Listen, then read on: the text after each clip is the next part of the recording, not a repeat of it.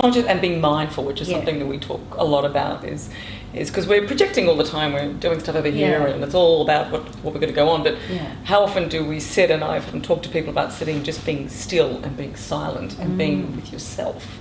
And whether, that's a meditation or whether it's actually just taking time out and just actually not having any outside influences is a tough thing to do. And because it actually you need to put yourself first for a minute, which is very hard for women to do. Well, the Dalai Lama talked about being wise selfish. And whenever I'm talking to groups of women, inevitably I end up talking about it. Because there's foolish selfish and wise selfish. And then the other thing I do, this is funny, so they can use it as a technique. Use this after we finish. When you get on a plane and they say, in the unlikely event the plane plummets to the earth and oxygen masks are all out of its head, if you're with a child, what do they tell you to do? Put it on yourself first.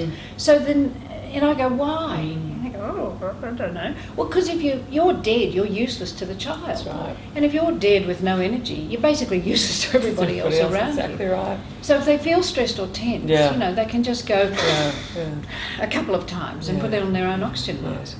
It's actually just come back to sort of valuing yourself so much that you've got to go, okay, I need to just take time out every now and then just to check in and see what's going on. Because only then do we realise if something's a bit out of whack. Yeah. And then, then you sort of start and you can sort of work on your emotional footprint, as we were talking about. But it is being mindful, isn't it? It's actually just making the world stop for a minute and you just stepping out.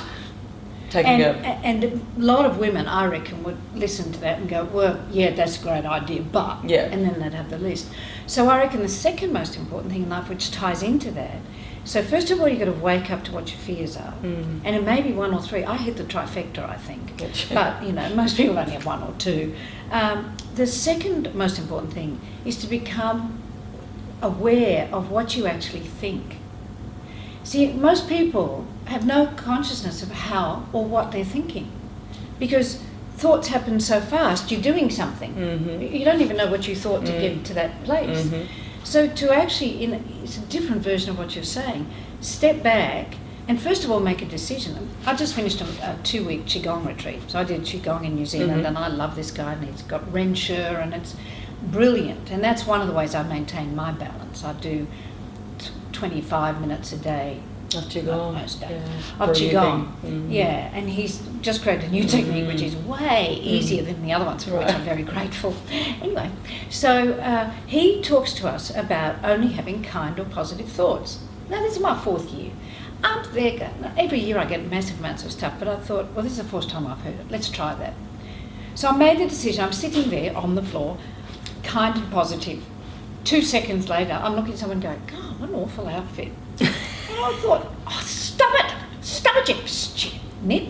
And really, when you start to pay attention to whether your thoughts are kind or positive, it's astonishing how much we judge.